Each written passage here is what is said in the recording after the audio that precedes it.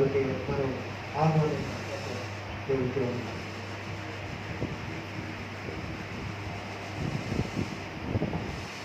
ఈ సమయాన్ని ఇచ్చిన పాస్టర్ గారికి, అలాగే పాస్టర్ గారికి, మరి ముఖ్యంగా విజయ్కి, కుటుంబ సభ్యులందరికీ ధన్యవాదాలు. ముఖ్యంగా దేవునికి మరి ధన్యవాదాలు చెప్పుకుంటున్నాను. ఎందుకంటే నన్ను మరి తన సాగులో వాడుకోవడానికి మరి దేవుడు ఇచ్చిన అవకాశం బట్టి చాలా పొందినారు. మరి ముఖ్యంగా మరి నేను పరిచయం మొదలు పెట్టక ముందు మరి మా అమ్మగారు, అలాగే మా బ్రదర్ కవి బ్రదర్ ధ్యాన్చంద్, మరి స్వరూప, అలాగే మరి వీరు ముగ్గురు కూడా మరి నాకు ప్రార్థన చేసేవారు. మరి ప్రార్థన చేసి నేను వాక్యం చెప్పేవాడిని. సో అలాగా నాకు 2 years ట్రైనింగ్ ఇచ్చాడు. అంటే ప్రాక్టికల్ ట్రైనింగ్ అన్నమాట.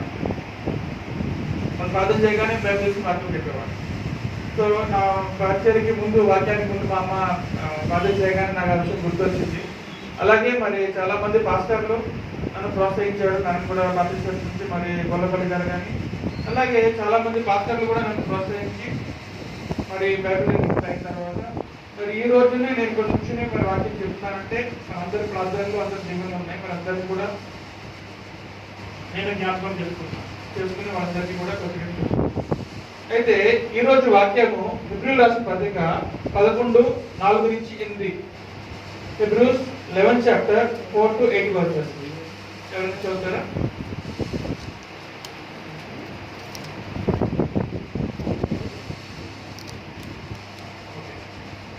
అయితే ఈ హెబ్రీ గ్రంథంలో ముఖ్యంగా పౌలు రాసినట్లుగా మనకి మరి కొంతమంది చెప్తారు, కానీ ఎవరు రాశారో అది క్లియర్గా లేదు. అయితే ఈ చాప్టర్ లో మెయిన్ గా విశ్వాసం, ఫెయిత్ గురించి ఈ యొక్క చాప్టర్ లో రాయబడినది. విశ్వాసం, క్రిస్టియానిటీ మొత్తం మన క్రైస్తవం అంతా కూడా ఈ ఫెయిత్ మీద డిపెండ్ అయి ఉంటుంది, విశ్వాసం మీద. దేని పట్ల విశ్వాసము? మన ఫ్యూచర్ పట్ల విశ్వాసం, దేవుడి పట్ల విశ్వాసం. ఆ విశ్వాసం దేనికంటే మనం ఆ దేవుడిని ఇప్పుడు మనము పరలోకంలో ఉన్న దేవుడిని మనం చూడలేదు, అయినా సరే మనం విశ్వాసంతో ఆయన సన్నిధికి వస్తున్నాం, విశ్వాసంతో ఆయన ఆలయానికి వస్తున్నాం, విశ్వాసంతో బైబిల్ చదువుతున్నాం, విశ్వాసంతో ఆయనకి ఆరాధన చేస్తున్నాం, ఆయనకి ప్రార్థన చేస్తున్నాం. విశ్వాసం, ఆయన పరలోకంలో ఉన్నాడు, ఆయన మనం చూడట్లేదు, అయినా సరే విశ్వాసంతో మనం వస్తున్నాం. కాబట్టి క్రిస్టియానిటీలో ఏంటంటే విశ్వాసం ఇంపార్టెంట్. ఫెయిత్. దేనికి విశ్వాసం? మనకి చెడు జరుగుతుందని విశ్వాసం కాదు, మనకి ఒక మంచి జరుగుతుందన్న విశ్వాసం. మనం అందరం ఇక్కడ ఉన్నామంటే మనకు చాలా కష్టాలు, చాలా ఇబ్బందులు ఉంటాయి. అయితే వాటన్నింటిలో కూడా మనకి విశ్వాసం దేనికి విశ్వాసం అంటే నాకు మంచి జరుగుతుంది, నా కుటుంబ సభ్యులకి మంచి జరుగుతుంది అన్న విశ్వాసంతో మనము దేవుని దగ్గరికి, దేవుని సన్నిధికి మనము చూస్తాం. అయితే ఈ యొక్క మరి జీవితంలో మన క్రైస్తవ జీవితంలో అయితే మనం బాప్టిజం తీసుకున్న తర్వాత, మన కొత్త జీవితాన్ని మనం ఆరంభించిన తర్వాత మనకి కొన్ని హార్డ్షిప్స్, డిఫికల్టీస్, సఫరింగ్స్ వస్తాయి. అంటే కొన్ని కష్టాలు వస్తాయి, ఇబ్బందులు వస్తాయి, బాధలు కూడా వస్తాయి. ఇవి అందరికీ వస్తాయి, అలాగే క్రైస్తవులకు కూడా వస్తాయి. అయితే తేడా ఏంటంటే అన్యులు ఎవరైతే ఉన్నారో, లోకంలో ఎవరైతే ఉన్నారో వాళ్ళకి ఇబ్బందులు వచ్చినప్పుడు వాళ్ళు పాపంలోకి ఇంకా వెళ్ళిపోతూ ఉంటారు. అలాగే క్రైస్తవులకి ఇబ్బందులు వచ్చినప్పుడు వాళ్ళ విశ్వాసం బలపడుతుంది. ఇబ్బందులు వస్తాయి, ఎందుకు వస్తాయంటే దేవుడు ఎలా చేస్తాడు ఇబ్బందులు. దేవుడు ఎలా చేసినప్పుడు ఆ ఇబ్బందులు ఎందుకు వస్తాయంటే మనం ఆయన తట్టు తిరగడానికి, మనం మనుషుల తట్టు తిరగడానికి కాదు, ఆయన తట్టు తిరిగి విశ్వాసాన్ని బలపరచుకోవడానికి. విశ్వాసం, ఆ విశ్వాసం మనలో ఉన్నట్లయితే అసలు ఈ సృష్టి ఎలా క్రియేట్ అయింది, యూనివర్స్ ఎలా క్రియేట్ అయింది, భూమి ఎలా క్రియేట్ అయింది, మనం ఎలా క్రియేట్ అయింది, ఇవన్నీ కూడా వాక్యం ద్వారా దేవుడు మనకి తెలియజేస్తాడు. విశ్వాసం గురించి చెప్పినట్లయితే ఏబేలు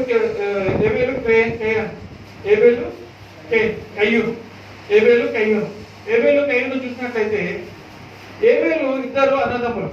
అయితే ఏబేలు ఏం చేశాడంటే ఆయనకి పుట్టిన ఆయన గొర్రె కాపరి. ఆ గొర్రెకు పుట్టిన ఫస్ట్ గొర్రెను తీసుకొచ్చి దేవుడి సన్నిధిలో ఆయన సాక్రిఫైస్ చేశాడు, అర్పణ ఇచ్చాడు. కయ్యూను ఏం చేశాడంటే ఆయన ఫ్రూట్స్ తీసుకొచ్చి ఆయన అర్పణ ఇచ్చాడు, ఆఫరింగ్ ఇచ్చాడు, దేవుడికి ఆఫరింగ్ ఇచ్చాడు. ఫ్రూట్స్ ఆయన ఆఫరింగ్ ఇచ్చాడు. రెండో ఆయన ఏబేలు ఏం చేశాడంటే ఆయన పుట్టిన అది గొర్రెకు పుట్టిన మొదటి గొర్రెలను తీసుకొచ్చి ఆయన దేవునికి అర్పణగా ఇచ్చాడు. అయితే ఆయన విశ్వాసంతో ఇచ్చాడు. గమనించాడు, ఇద్దరు దేవుని సన్నిధికి వచ్చారు, ఇద్దరు అర్పణలు ఇచ్చారు. కానీ దేవుడు అర్పణ గురించి మాట్లాడలేదు. విశ్వాసం, ఏబేలు విశ్వాసంతో ఇచ్చాడు కాబట్టి విశ్వాసాన్ని చూశాడు, ఆయన్ని ఆశ్రయించాడు, ఆయన దీవించాడు. అయితే కయ్యూనికి జెలస్ ఫీల్ అయ్యాడు. జెలస్ ఫీల్ ఏం చేశాడు, ఏబేల్ని చంపేశాడు. కాబట్టి ఈ లోకంలో క్రైస్తవులను చూసి ఈర్ష్యపడేవారు ఉంటారు, క్రైస్తవులను చంపాలని చూసేవారు ఉంటారు. మన వార్తల్లో చూస్తున్నాం, చాలా మంది క్రిస్టియన్స్ ని వేరే దేశాల్లో చంపేస్తున్నారు. ఎందుకు? జెలసీ. దేవుడు వాళ్ళకి ఫేవర్ గా ఉన్నాడు, వాళ్ళని చంపాలి, క్రిస్టియానిటీ నిర్మూలన చేయాలి. కాబట్టి శత్రువులు ఉంటారు. అయితే కయ్యూను ఏబేల్ని చంపేశాడు. కాబట్టి కొంతమంది విశ్వాసులు మరి చెప్పినట్లయితే బైబిల్లో యాకోబు కానీ, సామ్సోను కానీ, రహాబు కానీ వీళ్ళందరూ కూడా కొన్ని పొరపాట్లు చేసిన వాళ్ళు, తప్పులు చేసిన వాళ్ళు. కానీ వాళ్ళ పొరపాట్లన్నీ సరిదిద్దుకున్నారు, కరెక్ట్ చేసుకుని వాళ్ళు ఏం చేశారంటే దేవుని తట్టు తిరిగి దే స్టార్టెడ్ బిలీవింగ్ గాడ్. దేవుని తట్ల తిరిగి ఆయన దేవుని తట్ల విశ్వాసం పెట్టడం ఆరంభించాడు. విశ్వాసం వల్ల జీవితం మనం బతుకున్నామంటే because of faith. We are living because of faith. ఆశీర్వాదం, మనకి బ్లెస్సింగ్స్ వస్తున్నాయంటే దట్స్ బికాజ్ ఆఫ్ ఫెయిత్. మనకి మంచి కార్యాలు మనం చేస్తున్నాం ఇతరులకి, లేదా మంచి కార్యాలు మనం పొందుతున్నాం అంటే అది బికాజ్ ఆఫ్ ఫెయిత్.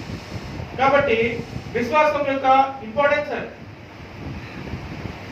తర్వాత ఈనోకు ఏం చేసి దేవుడి పట్ల చాలా విశ్వాసమైనది.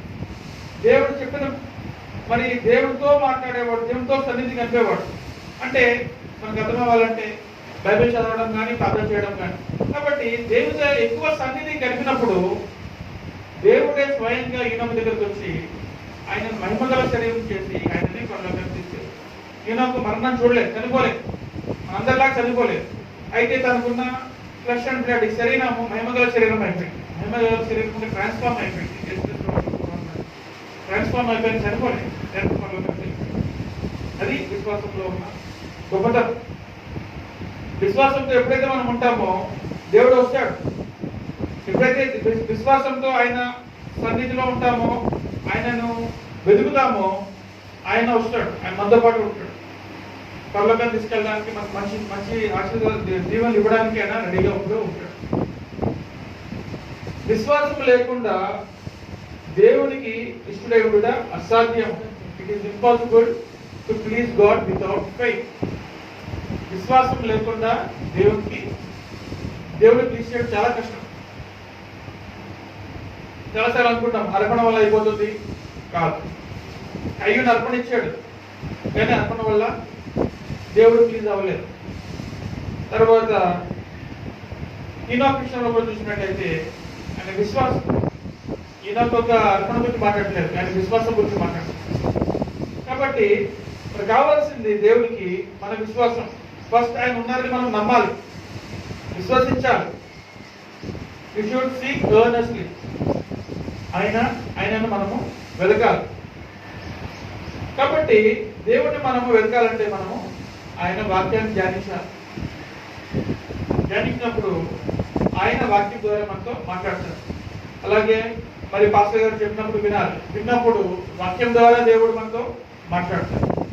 మరి నోవా గురించి చెప్పుకుంటే, నోవాహు ఆయన దేవుడు ఆయనకి ఏం చెప్పాడంటే కొండ మీద ఓడను నిర్మించుకున్నాడు. కొండ మీద ఓడను కట్టమన్నాడు. అంటే షిప్ ఎక్కడ మౌంటైన్ మీద. ఎవరైనా షిప్ ని కోస్ట్ ఏరియాలో కడతారు, కానీ ఆయన కట్టబడేది ఎక్కడ? కొండ మీద. అయితే నోవా ఏం చేశాడంటే నమ్మాడు, ఓకే దేవా నువ్వు చెప్తున్నావు, నేను నమ్ముతున్నా, నేను కడతా, వెళ్ళి కడుతున్నాడు. ఎన్ని రోజులు కట్టాడు ఆయన? 120 సంవత్సరాలు కట్టాడు. 120 సంవత్సరాలు అంటే ఆయన చెట్టును కొట్టుకుని ఆయనే మొత్తం అంతా సిబ్బంది ఆయన కట్టుకున్నాడు. అంత టైంని ఆ ప్రజలకు ఇచ్చాడు. చుట్టుపక్కల అందరూ ఆయన చూసి నవ్వుతున్నారు. ఇదైతే పిచ్చుడు కొండ మీద చిప్పు కడుతున్నాడు, అందరు చూసి నవ్వుతున్నారు, హేళన చేస్తున్నారు. కానీ ఆయన ఒకటే పట్టించుకోలేదు. ఆయన చెప్తున్నాడు, ఒక డే వస్తుంది, ఒక డే దేవుడికి ఉగ్రత వస్తుంది, కాబట్టి ఇప్పుడే మీరు చేసిన పాపాలను ఒప్పుకోండి, రిపెంట్ అవ్వండి, వదిలిపెట్టండి, దేవుని సన్నిధికి రండి చెప్తున్నాడు ఆయన. వాళ్ళు వినట్లేదు, వాళ్ళు మాక్ చేస్తున్నారు, వాళ్ళు హేళన చేస్తున్నారు. 120 సంవత్సరాలు నేను కట్టాడు దేవుడు, 120 సంవత్సరాలు ఈయన కట్టాడు. 120 సంవత్సరాలు కూడా నోవాహు హి వాస్ ఫెయిత్ఫుల్. ఆయనకి డౌట్ రాలేదు, దేవుడు నన్ను ఒకవేళ యూటర్న్ తీసుకునే నా పరిస్థితి ఏంటి అని ఎప్పుడు ఆయన అవిశ్వాసాన్ని పోలే. 120 సంవత్సరాలు విశ్వాసంతో ఉన్నాడు. 120 సంవత్సరాలు మాట దేవుడు చెప్పిన మాట పట్టుకుని అన్ని సంవత్సరాలు కడతానే ఉన్నాడు. అయితే ఒక రోజు వచ్చింది, ఆ రోజుని దేవుడు చెప్పాడు, అన్ని యానిమల్స్ తీసుకొని, జంతువులు తీసుకొని అన్ని మొత్తం చేసినంత తీసుకున్నాడు. మరి నోవహు కుటుంబ సభ్యులందరూ ఎక్కమన్నాడు, అందరూ ఎక్కాడు. ఓడ తలుపులు బంధించేశాడు, క్లోజ్ అయిపోయినాయి. అప్పుడు స్టార్ట్ అయింది ఫ్లడ్. అప్పుడు అడుగుతున్నారు బయట నుంచి ప్రజలు, నవ్వు తలుపుతి మేము కూడా వస్తాం, చెప్పింది కరెక్టే, మేము తప్పు చేస్తాం, మా పాపాలు ఒప్పుకుంటాం, తలుపుతి మేము లోపలికి వస్తాం, మీ సన్నిధిలోకి వస్తాం. నవ్వు అంటున్నాడు, లేదు, డోర్స్ క్లోజ్ అయిపోయాయి, డోర్స్ క్లోజ్ అయిపోయి నేను ఇవ్వలేను. ఎందుకు క్లోజ్ చేసింది ఎవరు? దేవుడు. కట్టింది నోవహువే, కానీ ఆ ఓడని రక్షించింది, చేతి ఎత్తుకుని పట్టుకున్నది దేవుడు. ఎన్ని రోజులు? 40 దినాలు. 40 దినాలు ఓడలో ఉన్నాడు. వాళ్ళకి కావాల్సిన అన్ని కూడా సమకూర్చుకున్నాడు ఆయన ఓడలో. 40 దినాలు ఫ్లడ్ వచ్చి మొత్తం అంతా పాపం అంతా, ఎవరైతే పాపంలో ఉన్నారో వాళ్ళందరూ కూడా చనిపోయారు. దేవునికి ఉగ్రత. కాబట్టి దేవుడు మనకి సమయం ఇచ్చినప్పుడే మనము దేవుని దగ్గర తిరగాలి. దేవుడు మనకు సమయం ఇచ్చినప్పుడే మారుమనసు పొందాలి, రక్షణ పొందాలి, దేవుని దగ్గర రావాలి, మన పాపాలు ఒప్పుకొని కొత్త జీవితాన్ని మనము స్టార్ట్ చేయాలి. కాబట్టి పాపం అనగానే పల్లెవాళ్ళు పాపం చెప్పి చేశారు, మనం పాపం చేయలేదు లేదు. బైబిల్ ఏముంది? ఏ భేదం లేదు, అందరితో పాపం చేసి దేవుడు. కాబట్టి అందరూ పాపం చేసిన వారే. కాకపోతే పాపాన్ని ఒప్పుకుని విడిచిపెట్టి కొత్త జీవితాన్ని విశ్వాసంతో స్టార్ట్ చేయాలి. అలా కాదు, జీసస్ క్రైస్ట్ కాకపోతే వేరే దేవుడు. అందరు జనరల్ గా చూస్తూ ఉంటాం, అందరు దేవుడితో పాటు జీసస్ క్రైస్ట్ బొమ్మ పెట్టి ఎంత దేవుడిని పూజిస్తారు, జీసస్ క్రైస్ట్ కూడా పూజిస్తారు. నేను ఈ దేవుడు కాబట్టి ఆ దేవుడు, ఆ దేవుడు కాబట్టి ఈ దేవుడు. కాబట్టి అలా యూటర్న్ తీసుకున్నాము. ఫెయిత్ఫుల్ ఈ మనిషి కాబట్టి ఇంకో మనిషి ఇలా అనుకున్నామంటే మాత్రము దేవుడి దగ్గర అది దేవుడి దగ్గర ఒకటే దేవుడు. కాబట్టి ఆ దేవుడిని మనం విశ్వసించాలి, ఆ దేవుడిని మనం నమ్ముకోవాలి. ఆ దేవుడు కాకపోతే ఇంకో దేవుడు ఎవరు లేరు, నమ్మకమే. సాధారణ దేవుడు, ఇంకో దేవుడు గాడ్ ఆఫ్ వరల్డ్, ఈ లోకం దేవుడు శాతాన్ని నరకం. కాబట్టి అక్కడ యూటర్న్ ఉండదు. అబ్రహాం యొక్క విశ్వాసాన్ని దేవుడు టెస్ట్ చేశాడు. అబ్రహాం కూడా విశ్వాసం ఉంది. దేవుడు చెప్పాడు, నీ కొడుకుని నాకు సాక్రిఫైస్ చేయి, అర్పించేయి, నీ కొడుకు కావాలి నాకు. Okay fine. మేబీ అని అనుకున్నాడేమో, నేను పెద్ద చంపేస్తే మళ్ళీ వదులుకుంటున్నాడేమో, మనకు తెలియదు. తీసుకెళ్ళిపోయాడు కొడుకుని. కొడుకు అడుగుతున్నాడు, నాన్న ఎక్కడ తీసుకెళ్తున్నావు? మనం కొడుకు వెళ్తున్నాం కదా, దేవుడికి ఆరాధన చేయడానికి వెళ్తున్నాం కదా, బలిపశువు ఉండాలి కదా, గొర్రె ఉండాలి కదా. అబ్రహాం అంటాడు, God will provide, he will provide. ఆయన చూసుకుంటాడు, ఆయన ఇస్తాడు. మన పని ఆయన వెళ్ళమన్నాడు, మనం వెళ్తున్నాం. కాబట్టి ఆ దినాల్లో మరి వాహనాలు లేవు, బండులు లేవు. గాడిద మీద మరి ఒక పరమండం గాడిద తీసుకుని ఇక నడుచుకుంటూ వెళ్ళాడు. అక్కడ వెళ్ళి కొండెక్కాడు. ఎందుకు వెళ్తున్నాడు కొండని? కుమారుని బల్లలు కలిపడానికి. కరెక్ట్ గా మరి అదంతా అరేంజ్ చేసుకున్నాడు. బలి ఏమంటారు, బలి కూడా సాక్రిఫైస్ చేయడానికి అరేంజ్ చేసుకున్నాడు. కట్టల మీద మరి కుమారుని పెట్టాడు, కత్తెత్తాడు. చిన్న జరుగుతుంది అబ్రహాం. కాబట్టి ఈ విశ్వాసాన్ని దేవుడు టెస్ట్ చేస్తున్నాడు. మన విశ్వాసాన్ని దేవుడు టెస్ట్ చేస్తాడు. కొన్నిసార్లు చాలా ఇబ్బందులు వస్తూ ఉంటాయి. దేవుడు ఏదో చెప్తాడు, ఆ పని చేస్తూనే ఉంటాం, కానీ మనకి అందులో ఇబ్బందులు వస్తూ ఉంటాయి. అదే దేవుడు నాకు ఈ పని చెప్పాడు కదా, దేవుడు పని చేస్తున్నా కదా, నాకు ఎందుకు ఇబ్బంది వస్తుంది అనుకుంటాం. కానీ ఆ ఇబ్బందుల్లోనే దేవుడు మన ఫెయిత్ టెస్ట్ చేస్తాడు. నీకు ఎంత ఫెయిత్ ఉంది. కాబట్టి ఆ సాక్రిఫైస్ ఇవ్వాల్సిన అవసరం అక్కడ మనకి లేదు. ఇమీడియట్ గా అక్కడ ఒక గొర్రెపిల్ల ఉంటుంది. ఆ గొర్రెపిల్లని చూపిస్తాడు దేవుడు. గొర్రెపిల్లని మరి అబ్రహాం సాక్రిఫైస్ చేసి సంతోషంగా ఇద్దరు తల్లి ఫాదర్ అండ్ తండ్రి కుమారుడు ఇద్దరు కూడా ఇంటికి వెళ్ళిపోతారు. కాబట్టి మరి Abraham is called father of many nations, లేకపోతే father of all who believe, father of many nations. ఆ పేరు ఆయనకి ఎందుకు వచ్చిందంటే ఆయన యొక్క విశ్వాసం అంత గొప్ప విశ్వాసం. ఈ రోజుల్లో మనము మన పిల్లల్ని కానీ అబ్బాయిని కానీ అమ్మాయిని కానీ 10 మంది చెప్పి దేవుడు పాస్టర్ కానీ దేవుడు వాక్యంగా చెప్తే ఇన్స్టెంట్ గా బైబిల్ మూసేసి 4 రోజులు పక్కన పెట్టేస్తాం. ఎందుకంటే మనము అంత అంత ఆ యొక్క టెస్ట్ కి మనం రెడీ కాం. కానీ అబ్రహాం యొక్క ఫెయిత్ అలాంటి విశ్వాసం. అయితే యేసుక్రీస్తు ప్రభువు వారు ఒక కథ చెప్పారు. ఆ కథలో ఏంటంటే లూకా సువార్త 16:19-24, లూక్ 16:19-24 చూసినట్లయితే యేసుక్రీస్తు ప్రభువు వారు ఒక గొప్పవాడు గురించి కథ చెప్పారు. ఒక గొప్పవాడు అంట, ధనికుడు, మన దగ్గర చాలా డబ్బు ఉందంట. అయితే తన ఇష్టానుసారంగా పాపంలో బతికాడు. డబ్బంతా కూడా వేస్ట్ చేశాడు. ఆయన డబ్బుని వేస్ట్ చేశాడు, పాపంలో బతికాడు ఒక గొప్పవాడు. ఇంకొకటి ఒక పేదవాడు ఉన్నాడంట, బెగ్గర్. పేదవాడు నీతిమంతుడు. పేదవాడు నీతిమంతుడు. గొప్పవాడు పాపాత్ముడు, పేదవాడు నీతిమంతుడు. ఇద్దరికి మరణం వచ్చింది. ఇద్దరు చనిపోయినారు. చనిపోయినప్పుడు ఈ గొప్పవాడు నరకానికి వెళ్ళాడు. పేదవాడు అబ్రహాముకి వెళ్ళాడు. ఈ కథ ఎవరు చెప్పారు? Jesus Christ. దేవుడు స్వయాన దేవుడు ఏం చెప్తున్నాడు? అబ్రహాము పరలోకంలో ఉన్నాడు. అబ్రహాము పరలోకంలో ఉన్నాడు. ఎవరు చెప్తుంది కాదు, జీసస్ క్రైస్ట్ చెప్తున్నాడు. పరలోకంలో పలానా వ్యక్తి ఉన్నాడని చెప్పి పేరు అక్కడ మెన్షన్ అవుతుంది. ఎందుకని పేరు మెన్షన్ అయిందంటే ఆయనకున్న విశ్వాసం అన్నాడు. ఈరోజు దేవుడి పట్ల మన విశ్వాసం మనకి ఉన్నట్లయితే, అబ్రహాం వంటి విశ్వాసం మనకు ఉన్నట్లయితే, ఆయనలాగా మనము నీతిమంతులుగా మనం జీవించడానికి రెడీ అయినట్లయితే, ఈ లోకంలో మనం పేదవారమే. ఎందుకంటే ఈ లోకం మంది కాదు, ఈ లోకం మంది పేదవారు. ఈ లోకంలో మనం పేదవారు అయి ఉండొచ్చు, కానీ అబ్రహాం దగ్గరికి వెళ్తాం. ఆయన ఉన్న పరలోకానికి వెళ్తాం. అది యేసుక్రీస్తు వాగ్దానం. అయితే మనకు యూట్యూబ్ లో చూసాను, ఒక ఆయన చెప్తున్నారు, అనిల్, మన క్రిస్టియన్స్ ఉద్దేశించి, క్రిస్టియన్స్ ఈ లోకంలో ఏది ఎంజాయ్ చేయాలి, పరలోకంలో అనుకుంటారు అనుకుని ఈ లోకంలో పరలోకానికి సిద్ధపడతారు. ఉన్నది ఏది ఎంజాయ్ చేయాలి, పరలోకానికి వెళ్తారు. సో పరలోకంలో ఎంత మంచిగా ఉంటే అక్కడ ఎందుకు చచ్చిపోవడం పరలోకం వెళ్ళకుండా అక్కడ హ్యాపీగా ఉండండి, ఇక్కడ సుఖపడుతున్నారు అని చెప్పి ఆయన కామెంట్ చేస్తున్నాడు క్రిస్టియన్స్ మీద. ఇక్కడ నిబంధనలు ఉన్నాయి కదా, సఫర్ అవుతున్నారు కదా, ఎందుకు సఫర్ అవుతున్నారు? చనిపోవడం అంటున్నాడు. దేవుని ఉద్దేశం మనం చనిపోవడం కాదు. దేవుడు క్రియేట్ చేసిన మనల్ని చనిపోవడానికి కాదు. దేనికి క్రియేట్ చేశాడు ఆయన? మనము ఆయన్ని వర్షిప్ చేయడానికి, ఆయన్ని ఆరాధన చేయడానికి, ఆయన అడుగుజాడలో నడుచుకోవడానికి, ఆయన పట్ల మనం విశ్వాసం పెట్టడానికి, అందుకోసం మనం క్రియేట్ చేశాడు. అంతేగాని మనం ఇక్కడ చచ్చిపోయి అక్కడికి వెళ్ళి అక్కడ సంతోషంగా ఉండడానికి కాదు.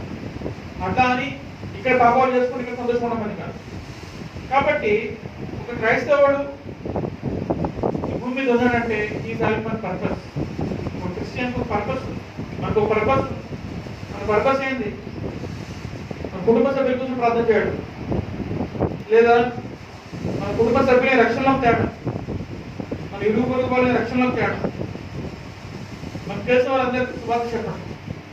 కాబట్టి అందరినీ కూడా వీళ్ళంత వరకు కూడా దేవుడిలోకి నడిపడానికి, వాళ్ళ కోసం ప్రార్థన చేయడానికి, మరి వారికి శుభార్త చెప్పడానికి, వారికి వీలైతే మంచి కార్యాలు మనం వాళ్ళకి చేయడానికి దేవుడు మనల్ని ఏర్పరచుకున్నాడు, సెపరేట్ చేశాడు. అంతేగాని ఈ గోల్డ్ని ప్రజలు ఎంజాయ్ చేయడానికి కాదు. అయితే మనకు కావాల్సిన దేవుడు అనుగ్రహిస్తాడు. ఆయన చిత్తానుసారంగా మనకు కావాల్సినది కూడా ఆయన సమయానుసారంగా ఆయన అనుగ్రహిస్తాడు. కాబట్టి అబ్రహాము మరి సమస్తము కూడా విడిచిపెట్టి దేవునితోటి నడవడానికి ఆయన సిద్ధపడ్డాడు. ఆయన ఎటువంటి పాపము చేయలేదు. ఈ ఒబే గాడ్. అయితే దేవుడు అబ్రహాముని నడిపించాడు, ప్రొటెక్ట్ చేశాడు. అలాగే మరి ఆ ప్రామిస్ ల్యాండ్ కూడా ఆయనకి ఇచ్చాడు. ఇజ్రాయెల్ కూడా మరి ఇజ్రాయెల్ ప్రాంతంలో కూడా ఆయన విశ్వాసం ద్వారానే ఆయన భార్య సారా, ఆమెకి ఒక బిడ్డ ఇప్పుడు యవన కాలంలో కాదు, ముసలి కాలం ఏజ్ అయిన తర్వాత కూడా వచ్చాయి. కాబట్టి అది విశ్వాసంలో ఉన్న విశ్వాసం. తర్వాత ఇస్సాకు. ఇస్సాకు గురించి మాట్లాడినట్లయితే ఇస్సాకు ఇద్దరు కుమారులు, యాకోబు, ఇషాకు. యాకోబు ఏం చేశాడంటే తండ్రిని దీవించినప్పుడు ఇసావుకు రావాల్సిన బ్లెస్సింగ్ ని యాకోబు దొంగిలిస్తాడు. సరే ఏదేమైనా ఇసాకు మరి యాకోబుకి బ్లెస్ చేస్తాడు. ఆ బ్లెస్సింగ్ యాకోబుకు ఉంటుంది. యాకోబు దగ్గర నుంచి ఆయన బ్లెస్ చేసింది యోసేపు, ఆయన కుమారుడు యోసేపు. సో ఇక్కడ ఏం చూసినట్లయితే తండ్రి తన కుమారుడిని బ్లెస్ చేయడం ఇదొక ఆయన వాటిగా చూస్తూ ఉంటాం. కాబట్టి మరి యాకోబు జోసెఫ్ బ్లెస్ చేశాడు. ఏమని బ్లెస్ చేశాడు? నేను పుట్టిన మొదలుకొని నేటి వరకు ఎవడు నన్ను పోషించునో ఆ దేవుడు, అనగా సమస్తమైన కీడు నుండి నన్ను తప్పించు దూత. కాబట్టి ఆయన బ్లెస్సింగ్ చదివినట్లయితే ఆదికాండం వరకు చదవండి. ఆదికాండము 48, 15, 16 వరకు చదవండి. ఆదికాండము 48, 15, 16.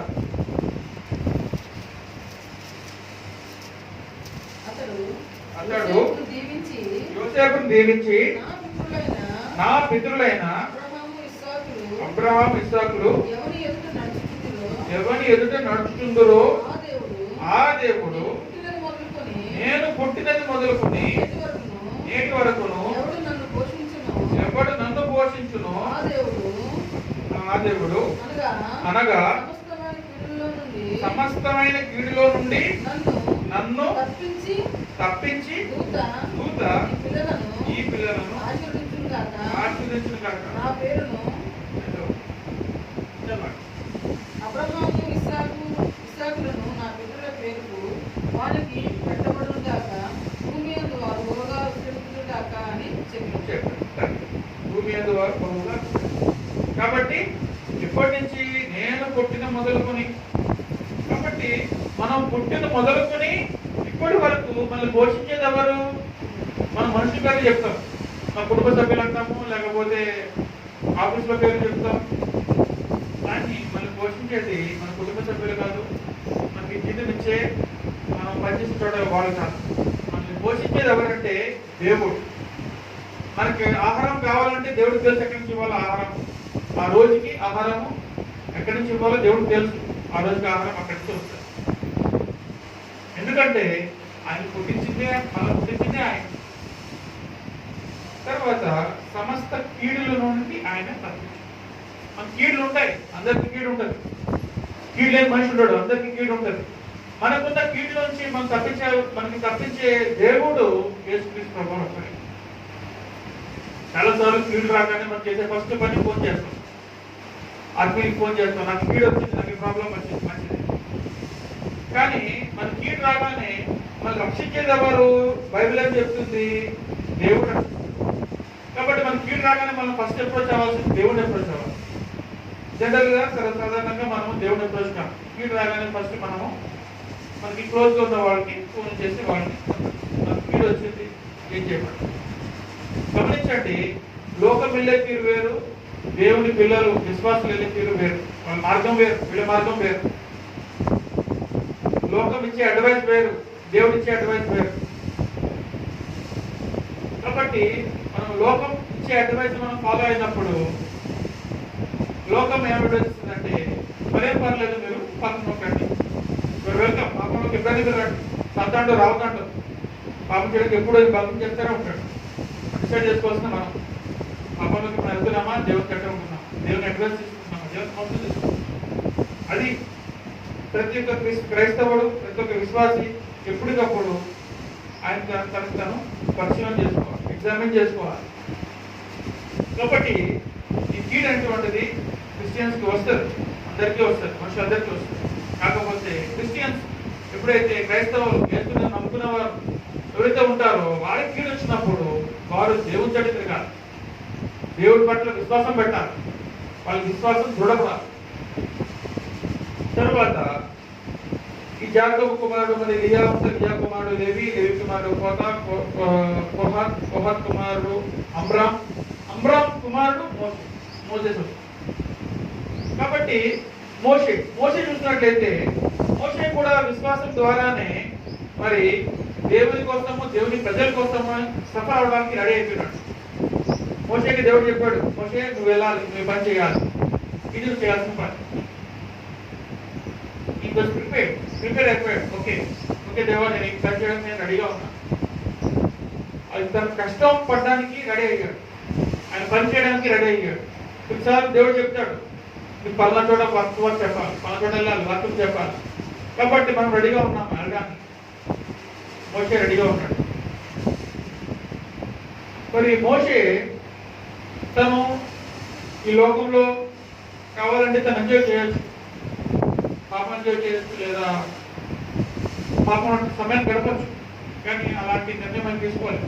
దేవుడు కంపెల్ చేయలేదు, మోసెస్ కంపల్సరీ చేయాలి, చనిపోతావు అని చెప్పి కండిషన్ పెట్టలేదు. మోషేకి చేయాలి, అందువరకు ఇమ్మీడియట్ గా వాక్యం తీసుకున్నాడు. లేదు, yes God, I will do this, నేను నీకోసం ఈ పని నేను చేస్తాను అని తను డిసైడ్ చేసుకున్నాను. కాబట్టి ఈ కాలింగ్ మనందరికీ కూడా ఎప్పుడు దేవుడు ఇస్తూనే ఉంటాడు. ఎందుకంటే మనము కృపగడిలో ఉన్నాం కాబట్టి ఇప్పుడు కూడా మనందరికీ ఆ కాలింగ్ ఉంటుంది.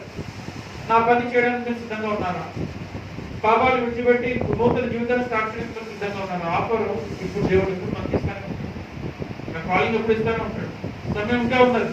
ఇప్పుడే మనము దేవుని తట్టు తిరిగి, అవును దేవా నేను రెడీగా ఉన్నా, నీ పరిచయం చేయడానికి లేదా పాపాన్ని విడిచిపెట్టడానికి, నూతన జీవితాన్ని స్టార్ట్ చేయడానికి నేను రెడీగా ఉన్నానని చెప్పి మనము సిద్ధపడతామా? లేదంటే లేదు దేవా, నేను ఈ వారం పాపం చేస్తాను, వచ్చే వారం చూసుకుంటాను, కొంచెం చేస్తాను. మోషే అలా చెప్పలేదు. ఎస్ గాడ్, ఐఎమ్ రెడీ, నేను సిద్ధంగా ఉన్నాను. అయితే మోషే యొక్క బిగ్గెస్ట్ మెరికల్ చూశాడు. ఆ మెరికల్ ఏంటంటే మరి దేవుని ప్రజలు తీసుకొని తను ఎర్ర సముద్రం వైపు వెళ్ళినప్పుడు ఎర్ర సముద్రము 2 పాయలు అయిపోయింది. ఎర్ర సముద్రము 2 పాయలు అయిపోయింది. 2 పార్ట్స్ అయిపోయింది ఒక సీ. సముద్రం అంటే మామూలుగా మనం సముద్రం దగ్గరికి వెళ్ళి మోకాళ్ళకి పెడితేనే భయం వేస్తుంది.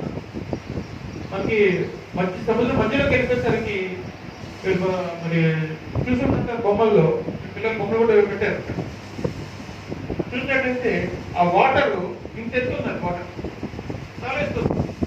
ఆ వాటర్ మధ్యలోంచి కూడా నడుస్తుంది. గమనించండి, మోషే అహరోను మరి దేవుని ప్రజలను తీసుకుని ఎర్ర సముద్రం దాటుతున్నాడు. ఎర్ర సముద్రం 2 పాయలు అయిపోయింది. ఎర్ర సముద్రం మీద వాళ్ళు దేవునికి థ్యాంక్స్ చెప్పుకుంటే, దేవుని స్తోత్రం చెప్పుకుంటే వాళ్ళు పోతున్నారు. పోయారు, అవతలికి చేరారు. చేరిన తర్వాత గమనించాల్సింది ఏంటంటే వాళ్ళకి విశ్వాసం. ఓకే, దేవుడు మమ్మల్ని లీడ్ చేస్తున్నాడు, దేవుడు మాతో పాటు ఉన్నాడు. వాళ్ళు సముద్రంలో నడుస్తున్నారు. ఇండస్ట్రీ సముద్రం మధ్యలో నడుస్తున్నారు. వాళ్ళు విశ్వాసం పెట్టలేదు. మనకి నిజంగా సముద్రం విడిపినా సరే నడవడానికి భయం అవుతుందేమో, కానీ వాళ్ళు నడిచారు. వెనక ఈజిప్షియన్స్ వస్తున్నారు, ఫరోరాజు వస్తున్నాడు. గమనించండి, ఇలా దగ్గరికి వెళ్ళిన తర్వాత ఫరోరాజు కూడా అందులోకి ఎంటర్ అయ్యాడు. అందులో ఎంటర్ అయినా సరే ఫరోరాజుకి సైనికులు కానీ వాళ్ళ మనుషులు కానీ వాళ్ళకి అర్థం కాదు ఏంటంటే, అరే వాళ్ళ దేవుడు సముద్రమే 2 పాయల కింద విడగొట్టాడు అనే విషయాన్ని గమనించలేకపోతున్నారు. మీకు అర్థమైందా? విశ్వాసం. వాళ్ళకి ఫెయిత్ లేదు, వాళ్ళు మెరికల్ అనుభవిస్తున్నారు. చూడండి, వాళ్ళు కూడా దేవత పాడతారు మెరికల్. ఆ మెరికల్లో వాళ్ళు కూడా ఉన్నారు, వాళ్ళు ఎంటర్ అయ్యారు, వాళ్ళు అనుభవిస్తున్నారు మెరికల్. కాకపోతే వాళ్ళలో ఫెయిత్ లేదు. వాళ్ళ ఉద్దేశం ఏంటి? క్రిస్టియన్స్ ని చంపాలి, వాళ్ళు ఏదో ఒకటి చేయాలి, మనం తింటారు కొట్టాలి, చంపాలి, ఏదో ఒకటి నాశనం చేయాలి, వాళ్ళు దేవుని ప్రజల్ని నాశనం చేయాలి, అది ఉద్దేశం వాళ్ళు. విశ్వాసం లేదు, దేవుని పట్ల విశ్వాసం లేదు. దేవుని ప్రజలు అటు చేరుకున్నారు. వీళ్ళందరూ సముద్రం మధ్యలో ఉన్నారు. సముద్రం మధ్యలో ఉండగానే వాళ్ళకి విశ్వాసం లేదు కాబట్టి దేవుడు ఆ సముద్రాన్ని మూసిపోయాడు. విడగొట్టిన సముద్రము మళ్ళీ మూసుకుపోయింది. మూసుకుపోయేసరికి ఏమైంది? వాళ్ళందరూ సపోర్ట్ చెప్పారు. ఎర్ర సముద్రంలో చనిపోయారు. ఎర్ర సముద్రం గురించి మీరు యూట్యూబ్లో చూడండి. ఆ సముద్రం గురించి ఇప్పుడు అర్థం కావట్లేదు, ఇప్పుడు కూడా అర్థం కావట్లేదు. ఆ భూమిలో ఏముందో, అది ఏంటి ఆకర్షణ శక్తి ఏముందో వాళ్ళకి అర్థం కావట్లేదు. ఎందుకు అలా అయిపోతుంది? కాబట్టి కొన్ని మర్మాలు మనకి అర్థం కాదు. అవన్నీ దేవుడు చేసింది.